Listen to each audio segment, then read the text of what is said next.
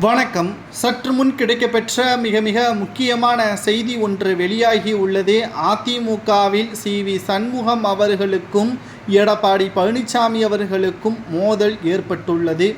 வருகின்ற சட்டப்பேரவை கூட்டத்தொடர் ஜனவரி மாதம் நடைபெறவுள்ள நிலையில் அதிமுகவுடன் கூட்டணி வைப்பதற்கு எந்த கட்சிகளுடன் பேசப்பட்டுள்ளது.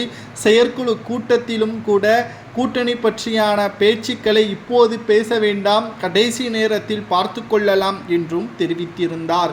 ஆனால் அதிமுகவில் தற்பொழுது நடக்கக்கூடிய விஷயம் எடப்பாடிக்கு தெரியுமா என்ற கேள்வியையும் சி.வி. சண்முகம் அவர்கள் கடும் கோபத்துடன் பேசியிருக்கிறார். அதாவது அதிமுகவில் உள்ள தொண்டர்கள் ஒற்றுமையாக இல்லை, வேட்பாளர்களை அறிவித்தாலும் அவர்களுக்கு ஆதரவாக அனைத்து தொண்டர்களும் வேட்பாளருக்கு ஆதரவாக பிரச்சாரம் செய்ய மாட்டார்கள். குறிப்பிட்ட நபர்கள் மட்டும்தான், 10ல் 2 நபர்கள்தான் அவர்கள் வேட்பாளருக்கு ஆதரவாக பிரச்சாரம் செய்வார்கள் என்றும் சி.வி. சண்முகம் அவர்கள் தெரிவித்திருக்கிறார்.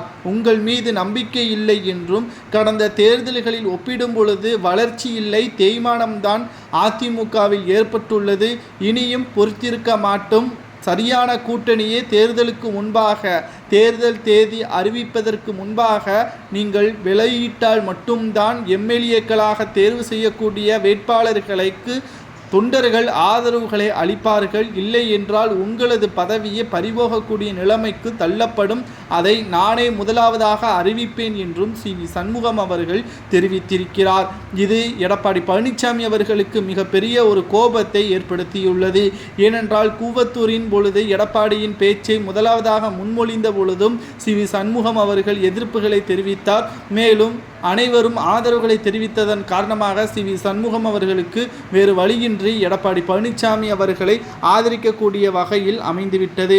ஆனால் தற்பொழுது அனைத்திந்திய அண்ணா திராவிட முன்னேற்ற கழகத்தில் ஒட்டுமொத்தமாக திராவிட முன்னேற்ற கழகத்திடம் தோல்வி அடைவோம் என்று நினைத்து கொண்டு எடப்பாடி பழனிசாமி அவர்களுக்கு நான் ஆதரவுகளை கொடுக்க வேண்டும் என்றாலும், அதிமுகவின் தொண்டர்கள் எடப்பாடி பின்னால் செல்ல வேண்டும் என்றாலும், அதிமுகவின் சரியான கூட்டணியை அமைத்துவிட்டு எடப்பாடி எதை வேண்டுமானாலும் பேசட்டும், இல்லை என்றால் கட்சியிலிருந்து நீக்கப்பட்டவர்களை மீண்டும் இணைத்து கொள்ளட்டும், அதுதான் சாத்தியம், அதுதான் நடைமுறைக்கு சாத்தியமாகும், வெற்றியடைவதற்கு வழிவகுக்கும். தொண்டர்களை பகைத்து கொண்டு களத்தில் நீங்கள் எவ்வளவு பெரிய நபரை வேட்பாளராக அறிவித்தாலும் வெற்றியடைவது கடினம். எப்படி மக்களவைத் தேர்தலில் ஒரு இடங்களில் கூட வெற்றியடையாமல் தோற்கடிக்கப்பட்டமோ அதேபோல் மீண்டும் அதே நிலைமை உருவாகும் என்றும் எடப்பாடியை சீண்டியுள்ளார் சி.வி. சண்முகம் அவர்கள் கூறுவது சரியா தவறு என்பதை கமெண்ட் வாயிலாக கூறுங்கள்.